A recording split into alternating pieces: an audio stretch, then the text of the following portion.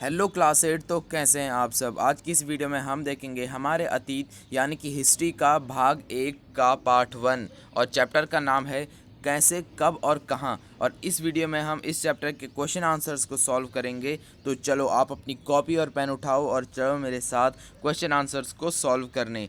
तो इस चैप्टर के अंदर सबसे पहला क्वेश्चन आपके पास आता है फिर से याद करें के अंतर्गत। प्रश्न 1 है, सही और गलत बताएं। पहला यहाँ पर कौ जेम्स मिल ने भारत इतिहास को हिंदू, मुस्लिम, ईसाई 3 कालखंडों में बांट दिया था। तो ये क्या है, ये आपका सही होगा। यानी कि जेम्स मिल ने क्या किया था, जो भारत का इतिहास है उसको 3 यानी कि हिंदू, मुसलमान और ईसाई 3 कालखंडों में बांट दिया था। उसके बाद हम देखते हैं यहाँ पर ख है, सरकारी दस्तावेजों से हमें ये समझने में मदद मिलती है कि आम लोग क्या सोचते हैं। तो ये सही है, ये गलत है, क्योंकि सरकारी दस्तावेज से सिर्फ यही नॉलेज नहीं मिलती, उनसे कुछ और चीज़ें भी हमें पता चलती हैं। उसके बाद हम देखते हैं यहाँ पर गौ है, अंग्रेजों को लगता था कि सही तरह शासन चलाने के लिए सर्वेक्षण महत्वपूर्ण है। तो ये आपका उत्तर होगा सही, आपने चैप्टर के अंदर पढ़ा होगा। उसके बाद हम देखते हैं यहाँ पर आइए विचार करें के अंतर्गत। प्रश्न 2 है यहाँ पर, जेम्स मिल ने भारतीय इतिहास को जिस तरह कालखंडों में बांटा है उसमें क्या समस्याएं हैं। तो अब हम यहाँ पर उसकी समस्याएं देख लेते हैं। जैसे कि हमको पता था हिंदू, मुस्लिम और किस में बांटा था। यहाँ पर आप देखें, यहाँ पर हिंदू, मुस्लिम और ईसाई में बांटा था। ईसाई 3 कालखंडों में बांटा था। तो इसके आपने यहाँ पर है कि क्या समस्याएं हैं। तो इसकी हम समस्याएं देखते हैं।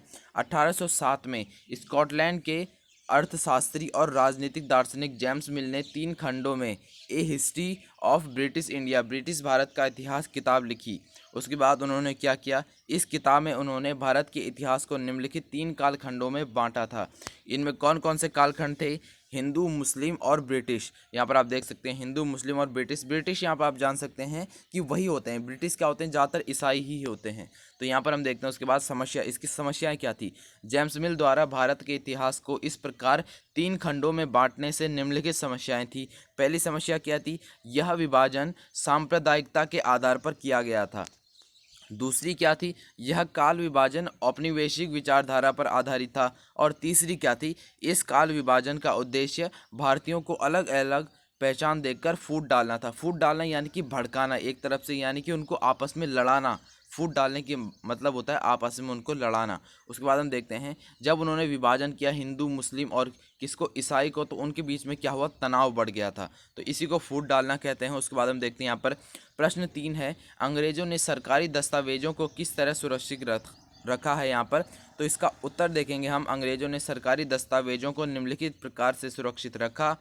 उसके बाद यहाँ पर पहला ऑप्शन है, सभी शासकीय संस्थानों में अभिलेख कक्ष बनवाए, तहसील के दफ्तर, कलेक्टर, कमिश्नर के दफ्तर, प्रांतीय सचिवालय, कचहरी, सभी के लिए उन्होंने क्या किया, अपने अपने रिकॉर्ड रूम यानी कि कक्ष बनवाए। उसके बाद तीसरा काम क्या किया, महत्वपूर्ण दस्तावेजों को सुरक्षित रखने के लिए अभिलेखागार और संग्रहालय जैसे संस्थान भी बनवाए। उसके बाद हम प्रश्न 4 देखते हैं यहाँ पर, इतिहासकार पुराने अखबारों से जो जानकारी जुटाते हैं वह पुलिस की रिपोर्ट में उपलब्ध जानकारी से किस तरह अलग होती है। तो इसका हम उत्तर देख लेते हैं।